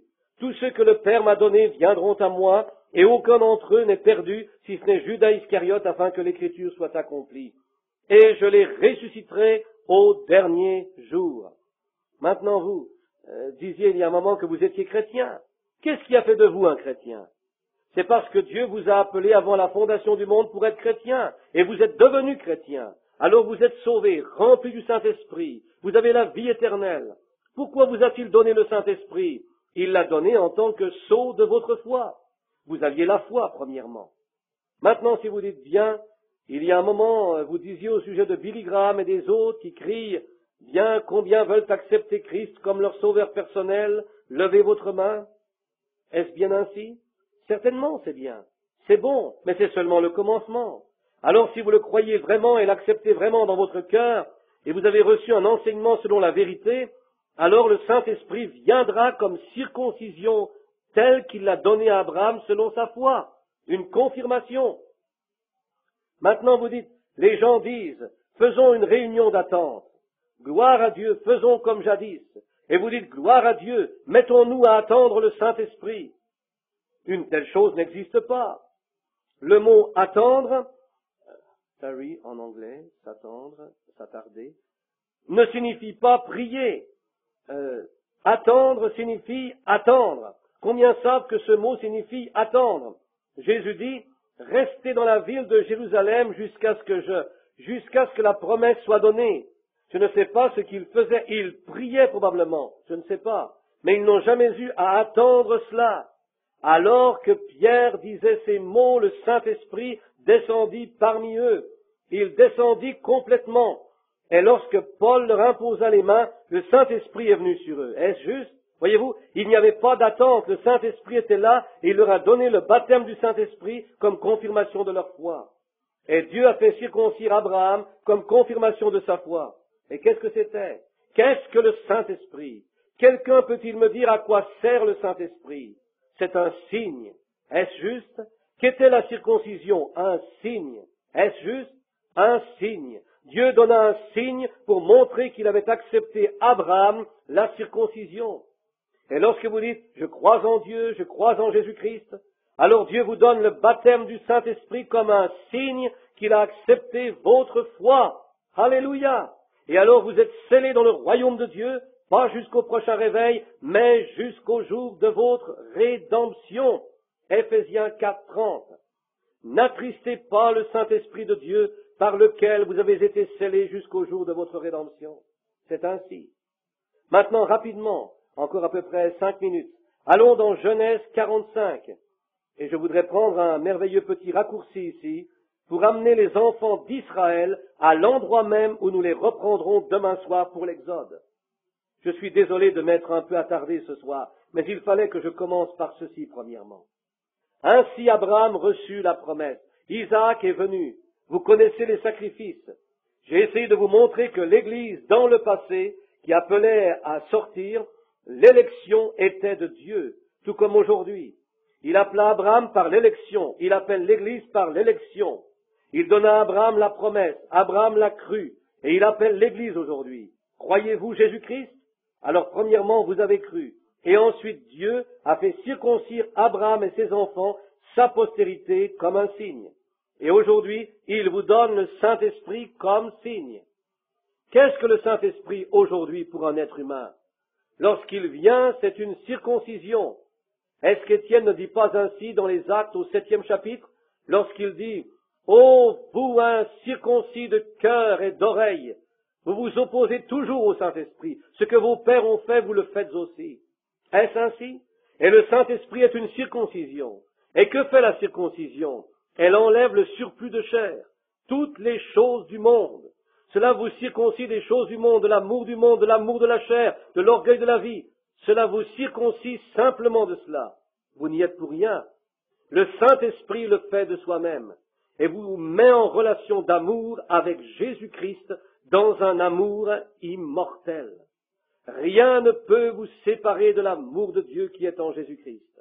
Paul dit ni le péril, ni l'épreuve, ni les prisons, ni rien d'autre, ni les choses présentes, ni les choses à venir ne pourront nous séparer de l'amour de Dieu qui est en Jésus-Christ. Et il vous a appelé, vous a circoncis, vous a placé en lui et a prédestiné votre destination éternelle. Si cela ne fait pas crier des chrétiens, je ne sais pas ce qui les fera crier. Si cela ne fait pas se réveiller l'homme qui est en Christ, je ne sais pas ce qu'il faudrait pour le réveiller. Je crois dans ce cas qu'il est 2 fois mort, déraciné. Ne le croyez-vous pas? Très bien. Maintenant, il a d'abord appelé, puis il a continué à faire apparaître sa postérité. Après cela, il est descendu à travers Abraham, puis à travers Isaac, après à travers Jacob, et ensuite de Jacob à Joseph.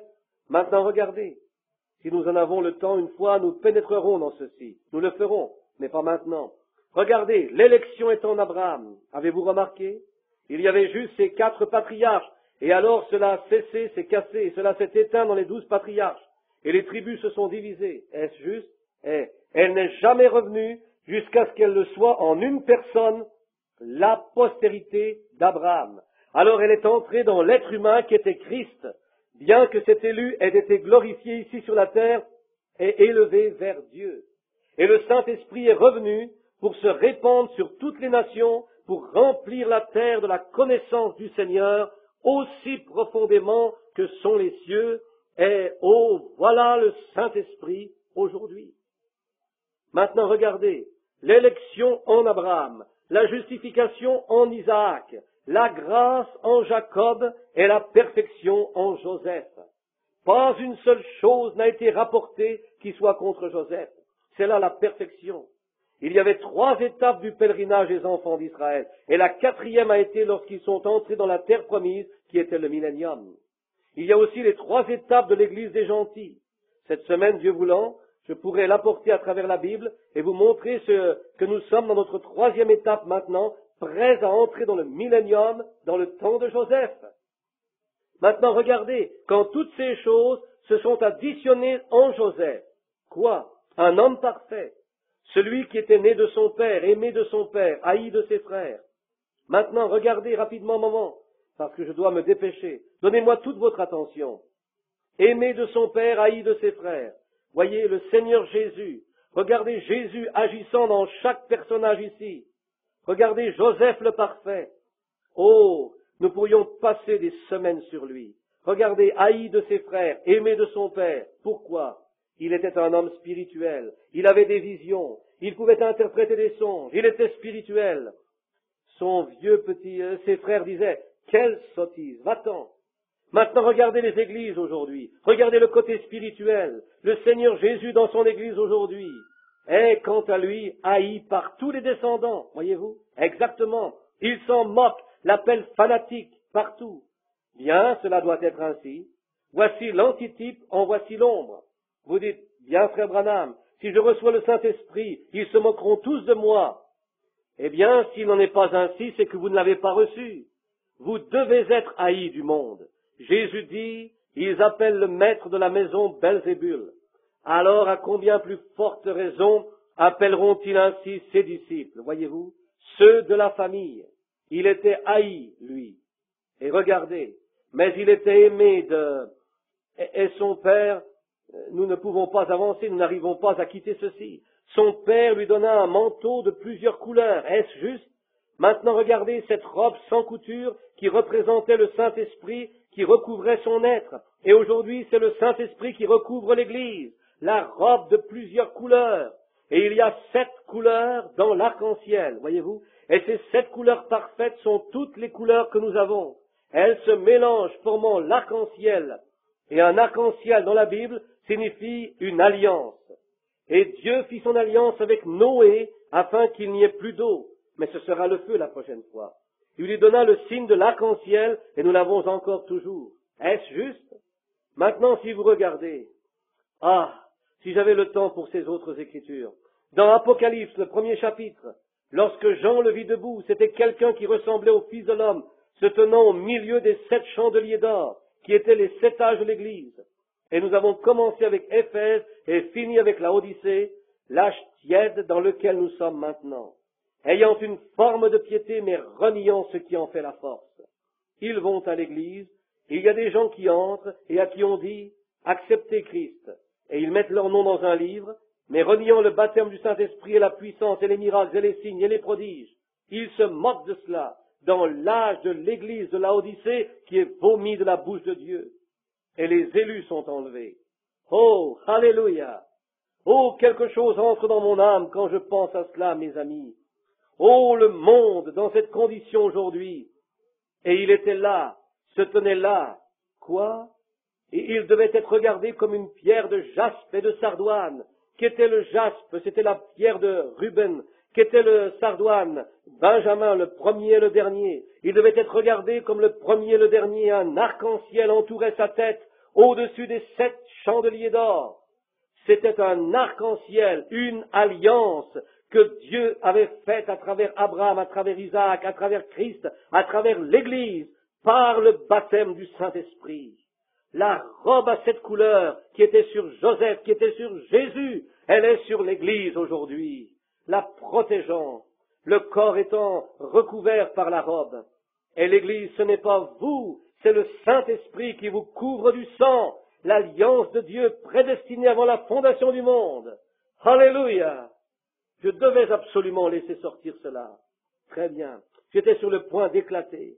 Remarquez, laissez-moi parler. Vous pouvez penser que je suis fou. Si je le suis, je suis heureux. Laissez-moi tranquille. Très bien. Laissez-moi vous dire quelque chose. Oh, comment puis-je ne pas être heureux en sachant ce que je sais? Comment puis-je le retenir et savoir ce que je sais? J'essaie de le faire voir aux gens. Oh là là, cela rendrait n'importe qui heureux. Ouf. Oh là là, très bien. Le voilà, et Joseph était son type. Comme revêtement, le Père lui donna la robe. Alléluia. Ne vous rappelez-vous pas que lorsque Jésus fut baptisé, dès qu'il sortit de l'eau, voici les cieux s'ouvrirent, et le Saint-Esprit descendit comme une colombe et vint sur lui, disant, « Celui-ci est mon Fils bien-aimé en qui j'ai trouvé mon plaisir. » Il n'a jamais accompli un miracle jusqu'à ce moment-là. Alors, il alla directement dans le désert pour être tenté, et ensuite, dès qu'il en fut sorti, il guérit les malades et manifesta la puissance de Dieu. Voilà l'Église. Lorsqu'elle est baptisée, elle est revêtue du Saint-Esprit, de puissance. Oh là là!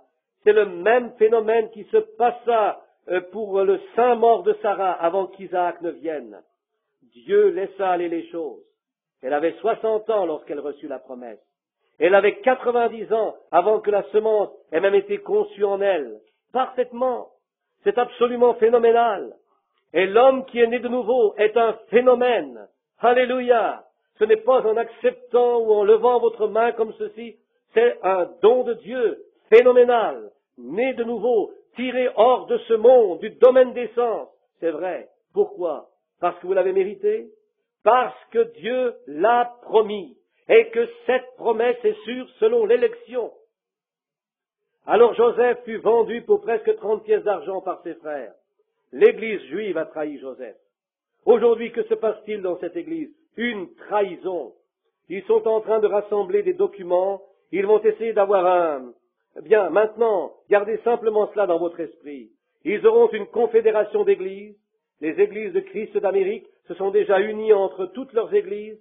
Et ils auront une union un jour qui exclura les autres afin de combattre le communisme. Elle sera liée au catholicisme avec l'église protestante et par des dénominations et l'église catholique réunie. Et les églises qui ne sont pas des dénominations et qui s'accrochent à la vérité et se tiennent éloignées de tous leurs dogmes seront persécutées. La marque de la bête, le sceau de Dieu, le dévoilement du jeu de chacun va bientôt arriver. Et frères, si le sceau n'est pas là-dedans, vous serez séduits comme les autres, parce que cela paraîtra si beau. Ils diront, maintenant, si le communisme a fait pour le monde, eh bien, faisons un autre accord, ramenons tous les chrétiens et rechristianisons le monde. Et cela paraît si bon. Les gens se rallieront immédiatement à cela, voyez-vous. Ils confédéreront les églises et essayeront de ramener tout à un christianisme unique. Et la Bible dit, dans l'Apocalypse, que ce christianisme donne sa puissance et tout ce qu'il a, qu'ils ont fait une image à la bête et ont exercé toute la puissance que la bête avait avant. C'est ainsi, certainement. J'aimerais que nous ayons le temps de comparer avec ce que l'Apocalypse a à ce sujet, mais nous n'avons pas le temps, voyez-vous, pour voir où ça en est. Vous êtes juste au temps de la fin, frère. Nous sommes à la fin de l'âge. Alors ils vendirent Joseph pour 30 pièces d'argent. Ils le jetèrent dans un puits, le considérant comme mort. Il a été remonté, puis on l'a livré. Et pendant qu'il était en prison là-bas, il y avait deux hommes, un échanson et un panetier. Et l'un d'eux fut perdu et l'autre fut sauvé par Joseph, qui décrivit le songe et l'interpréta.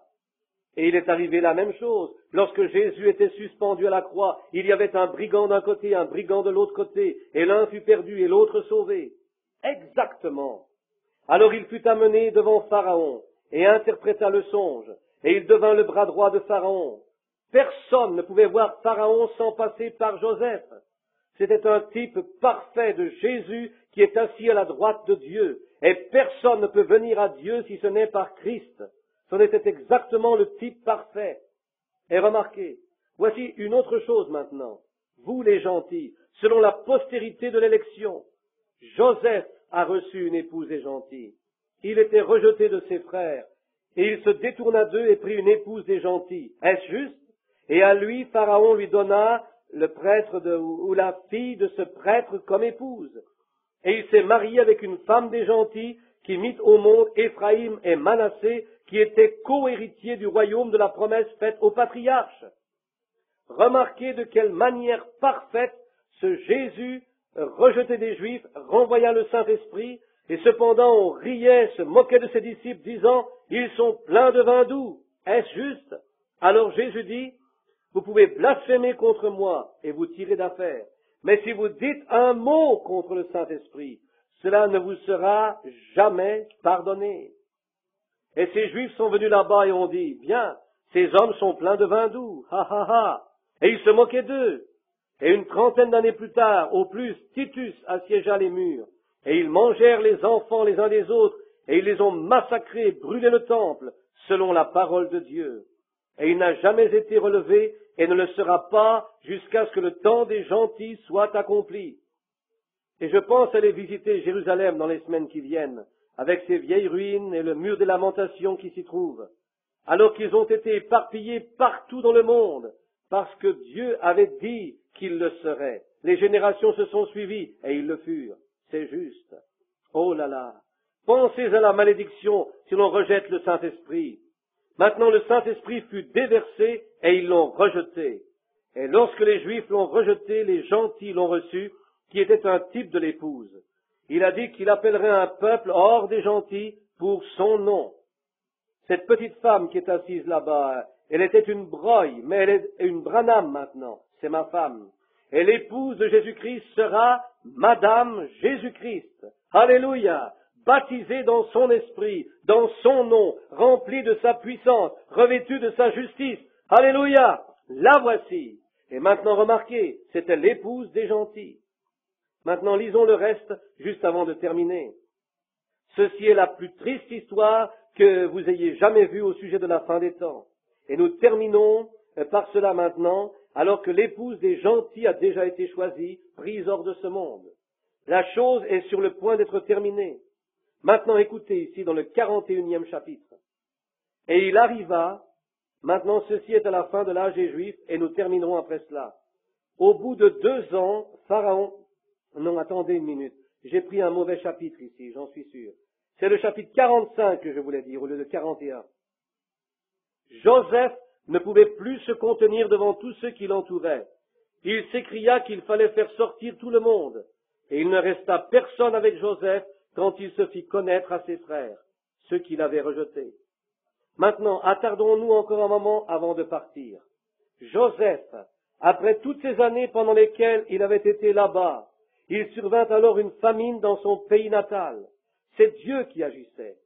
Le pauvre petit Joseph était devenu le bras droit de Pharaon. Et ici, ses frères qu'il avait vendus, il les avait vus en vision venant s'incliner devant lui, et il l'appelait un songeur et un visionnaire, et ils essayaient de le tuer. Juste comme Jésus avait prophétisé aux Juifs ce qu'ils étaient et ce qu'ils avaient fait et ce qui arriverait. Il leur avait parlé au sujet du maître de la maison qui envoya son propre fils et ses serviteurs et comment ils le tuèrent et toutes les choses qui y avaient trait. Et que ferait ce Seigneur de la moisson lors de sa venue en trouvant ses mauvais serviteurs? Maintenant, juste un moment. Voici Joseph, un type parfait, se tenant là comme dans les derniers jours, lorsque les Juifs retournent dans leur pays au temps de la fin, traversant le millénium où les Juifs seront à nouveau sauvés. Et ils regardèrent. Et Joseph, vous savez comment il était envoyé là-bas, comment Israël avait envoyé ses enfants. Ils avaient reçu un petit peu de blé, ils mouraient de faim, et Joseph avait interprété le songe du roi. Et vous savez comment il avait mis en réserve le blé. C'était le seul lieu au monde où il y avait de la nourriture. Un type parfait de l'Église aujourd'hui. Le seul endroit où une nourriture spirituelle est fournie, c'est le royaume de Jésus-Christ. Vous pouvez aller et prendre un vieux credo d'église et réciter quelques confessions de foi apostoliques et tout ce que vous voulez, mes frères, l'Esprit demeure dans l'Église née de nouveau du Dieu vivant. Et c'est le seul endroit où il y ait de la nourriture, et un de ces jours, les Juifs vont reconnaître cela, ils sont déjà en route. Maintenant, vous remarquez, quand il est apparu, il disait qu'il avait vu le petit Benjamin, et vous savez comment il s'est comporté, comprenant toutes choses, comment son père, sa mère plutôt, avait donné naissance à cet enfant, et en était morte, le petit Benjamin. Et il voyait ses frères, et il ne savait pas qui il était. Et il pensait qu'il était un grand prince, et ils étaient effrayés. Et ensuite, en les renvoyant, il dit, « Qui êtes-vous » Et eux dirent, « Nous sommes les fils d'un même homme, à savoir Jacob. » Et il est âgé, vous savez, Israël, celui qui était le béni du Seigneur, et ainsi de suite. Et alors il apprit que son cher vieux papa était toujours vivant. Écoutez ce qu'il dit ici. Et il se révéla à eux après avoir fermé les portes. Voyez son cœur, regardez l'amour de Dieu ici qui appelait encore. Et là, ces Juifs se tenaient là, ces pauvres garçons mourant de faim. Leur père qui mourait de faim avait dit, « Descendez et allez chercher un peu plus de blé, sinon nous allons mourir de faim. » Et il retint Benjamin là-bas en gage. Et vous savez comment les choses étaient, comment il se tenait devant lui. Et alors il regarda et voyant Benjamin, il ne pouvait plus se contenir plus longtemps. Il fit partir, s'éloigner chacun. Et le pauvre Joseph se tenait là et il dit, « Je suis Joseph, votre frère. » Alors que ses frères venaient de lui avaient dit, « Nous avons un frère qui n'est plus, il a été tué par des bêtes. » Et celui qui parlait justement à son frère. C'était son frère Joseph qui était là. Et il les fit tous partir. Et alors il se révéla et dit, « Je suis Joseph, votre frère. » Ils étaient effrayés, les patriarches. Ils avaient peur. Mais il dit, « N'ayez pas peur. » Et il commença à crier si fort que de l'autre côté, dans le palais de Pharaon, on l'entendait crier, on entendait ses cris et ses pleurs. Il descendit en courant et jeta ses bras autour du petit Benjamin, et il l'étreignit et l'embrassa. Il se jeta à son cou et commença à pleurer en disant, « Vous voulez dire que mon pauvre vieux père est toujours vivant là-haut en Canaan? Quelle émotion! Qu'est-ce? L'amour de Dieu qui se déverse et se répand. Mon papa vit encore, et je vais lui donner du blé. » Il dit, « Oh !» Et il cria le plus fort qu'il put.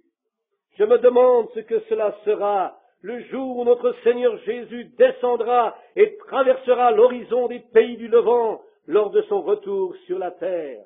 Alléluia! Là il cria et pleura, ce grand prince, se tenant là avec les patriarches.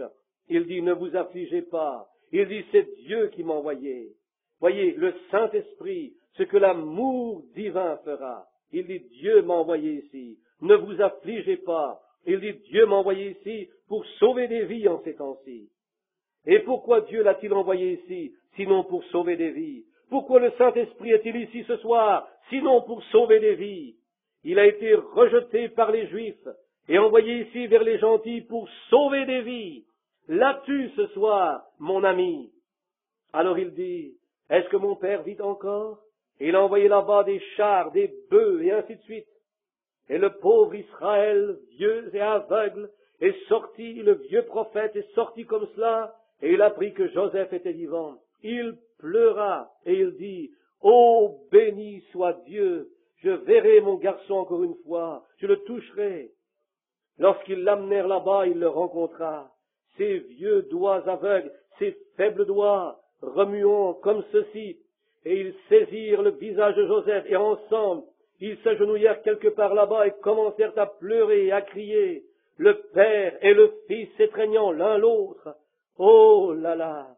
Quand je pense au fils prodigue ce soir qui est loin de Dieu, quelque part dans le péché, frère, mangeant dans des enclos à pourceaux, courant autour du monde, pourquoi ne feriez-vous pas, pendant ces jours de réunion, de réveil, si vous avez gaspillé votre temps dans une vie dissipée, durant ces années, gaspillez vos biens, pourquoi ne vous tournez-vous donc pas vers le Père dans votre cœur?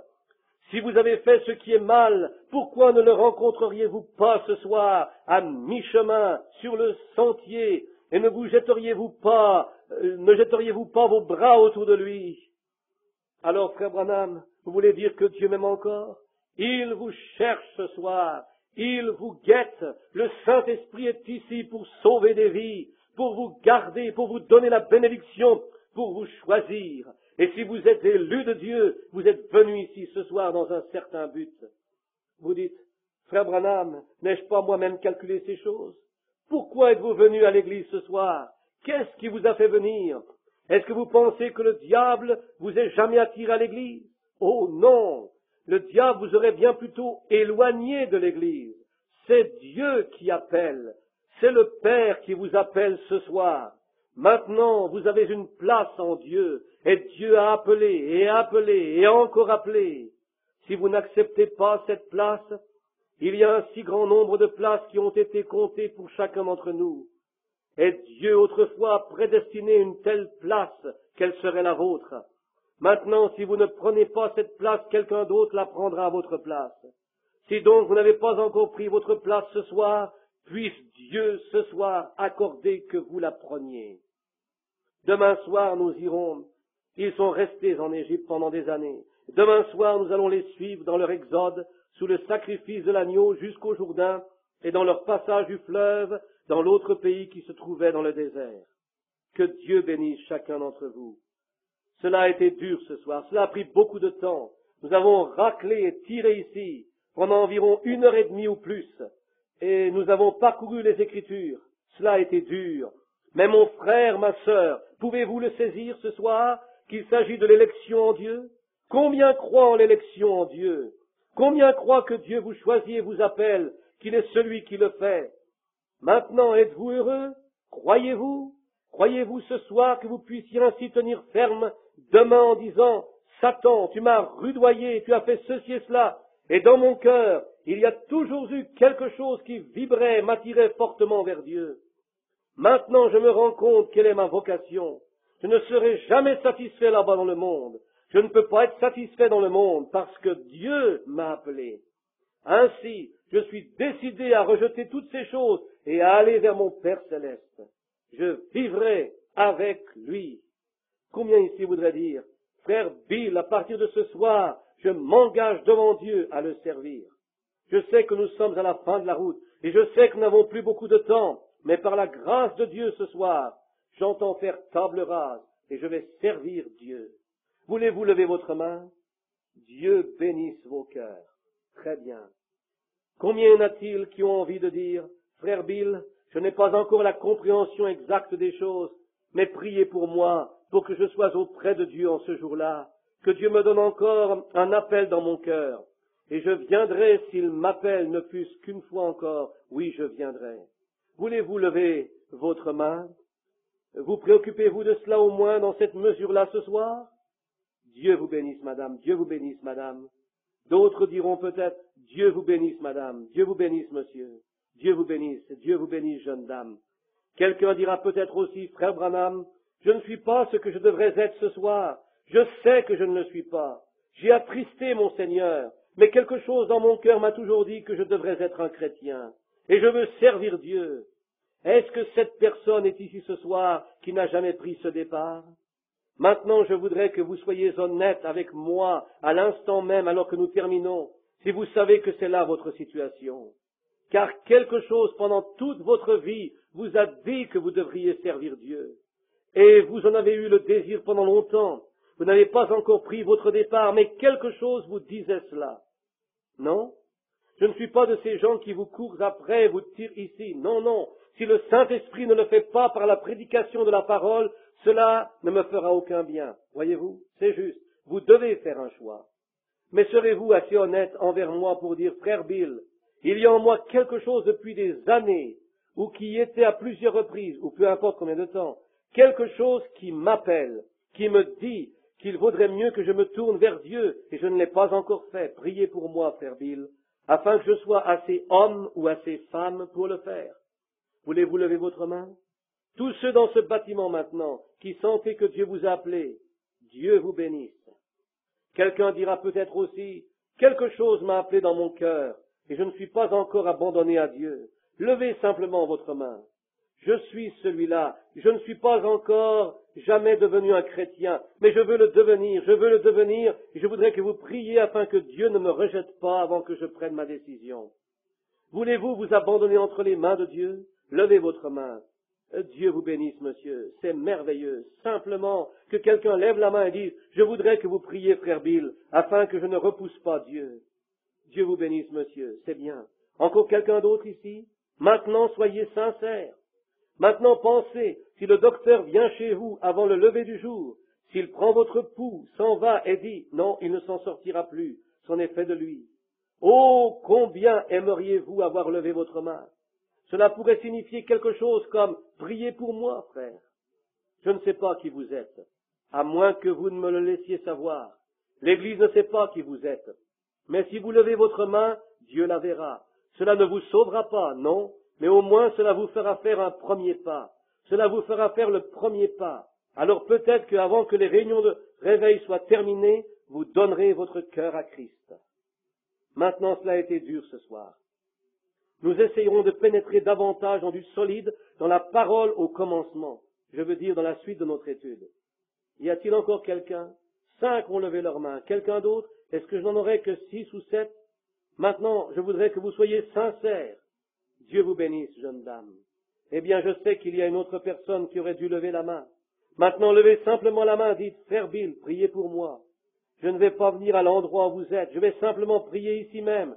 Et alors dites simplement, souvenez-vous de moi maintenant, que je ne suis pas un chrétien, mais j'ai toujours senti que je devrais l'être. Et maintenant je sais que je ne suis pas un chrétien. S'il y a quelqu'un d'autre, levez votre main. Oui, je vais terminer. Va au piano, Teddy, si tu veux bien. Quelqu'un peut dire, frère Bill, souvenez-vous de moi afin que ma vie soit plus près de Dieu. Je ne veux pas continuer à vivre ma vie chrétienne à moitié et dans cette condition de tiédeur. Dieu vous bénisse, vous, c'est bien, Dieu vous bénisse. Je vois les mains qui se lèvent. Regardez, si Dieu n'entendra pas ma prière pour ouvrir les yeux des aveugles, ouvrir les oreilles des sourds, faire que ceux qui sont infirmes, hommes d'État, rois, potentats, monarques, infirmes, soient parfaitement rétablis. Regardez dans le monde, il y a des millions, j'ose affirmer ceci, réellement du fond du cœur, qu'à ma connaissance, environ 10 millions de personnes ont entendu le message. 10 millions de personnes de toutes les nationalités. J'ai parlé devant 10 ou 15 nationalités à la fois. Je devais attendre que 10 ou 15 interprètes aient traduit avant de pouvoir dire un autre mot. Cela allait être comme cela avec les interprètes. Et j'en ai vu jusqu'à 100 000, ou plutôt j'en ai vu jusqu'à 30 000 venir à Christ en même temps. 30 000 convertis en une seule fois à Durban, Afrique du Sud. Et je vais aller à une réunion maintenant où se trouveront 300 000 personnes. Et je dis cela avec mon cœur. M'avez-vous déjà entendu prédire quelque chose en le nom du Seigneur qui ne soit arrivé exactement de cette manière? Demandez où vous voulez, partout autour du monde, et regardez les centaines et centaines de choses qu'il a dites. Certainement, je sais de quoi je parle. Pas pour moi-même, mais c'est pour Christ qui est en moi. Et je vous dis la vérité, mes amis. Si vous mourrez avant d'être nés de nouveau, vous êtes perdus. Jésus dit, à moins qu'un homme ne naisse d'eau et d'esprit, il ne peut entrer dans le royaume. Peu importe combien vous êtes bon, combien d'argent vous avez donné, à quelle église vous appartenez, votre affiliation, votre classe sociale, ce que votre mère ou votre père était, votre pasteur, si vous ne naissez de nouveau, vous ne verrez pas le royaume de Dieu. Nous avons pris l'exemple du blé l'autre jour. Vous avez pu l'observer ici dans l'agriculture. Il y avait un parfait grain de blé avec la bonne quantité de calcium. Tout était dans ce grain. L'un avait poussé dans un champ et l'autre non. Il y avait une poignée de chaque. On les a enterrés. Il n'y en avait pas un seul qui n'ait pas été fait avec tous les ingrédients que contenait l'autre, ayant la même constitution et ainsi de suite. Aucun de ces grains-là ne leva, mais tous les autres levèrent. Pourquoi? Ils avaient un germe de vie en eux. Et il y a des hommes et des femmes ici ce soir, maintenant, et partout dans le monde, qui vont dans leurs églises, appartiennent à l'église, professent être des chrétiens, et qui n'ont pas de germe de vie en eux. Ils ne peuvent pas lever. Ils ne peuvent en aucune façon être ressuscités.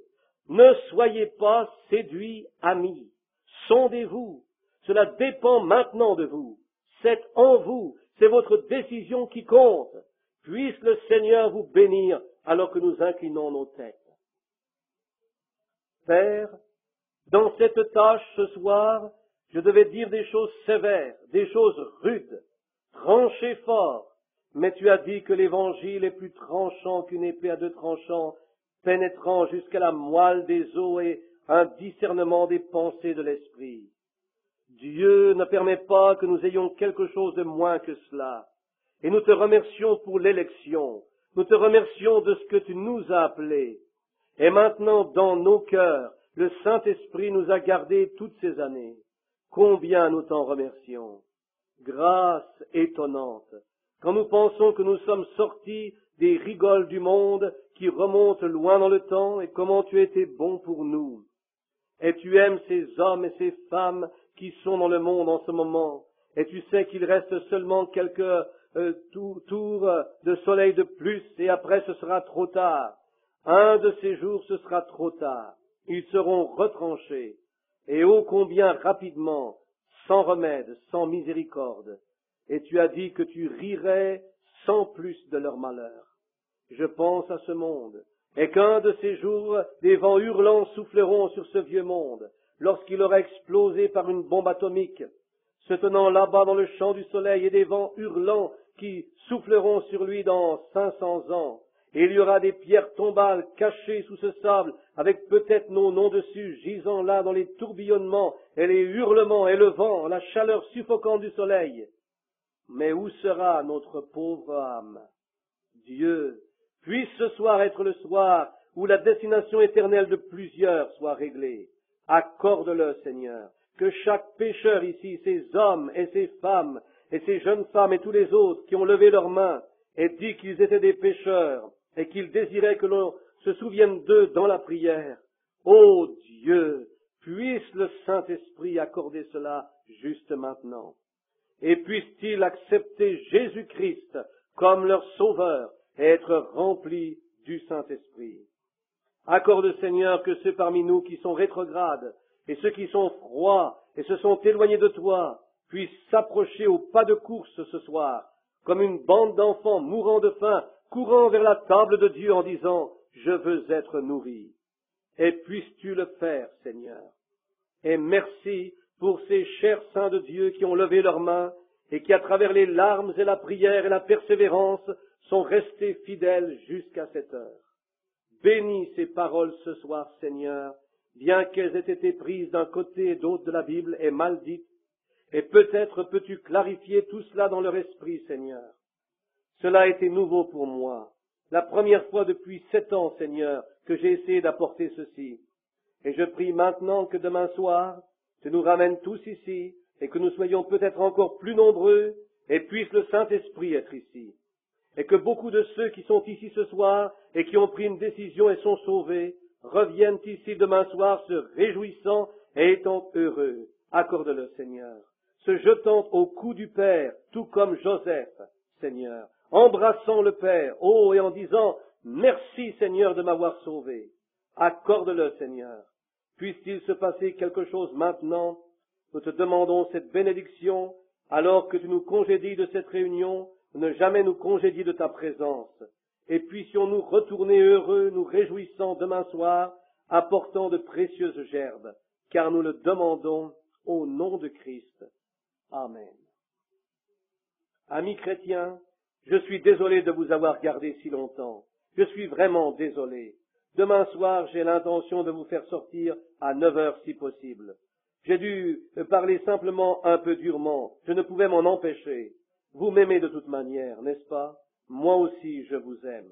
Et c'est seulement pour votre bien. Maintenant, voulons-nous nous lever? Très bien. Revêt-toi du nom de Jésus. L'accord, s'il vous plaît. Revêt-toi du nom de Jésus. Ô toi, enfant de tristesse, il te donnera la joie. Maintenant, j'aimerais que vous utilisiez le téléphone demain.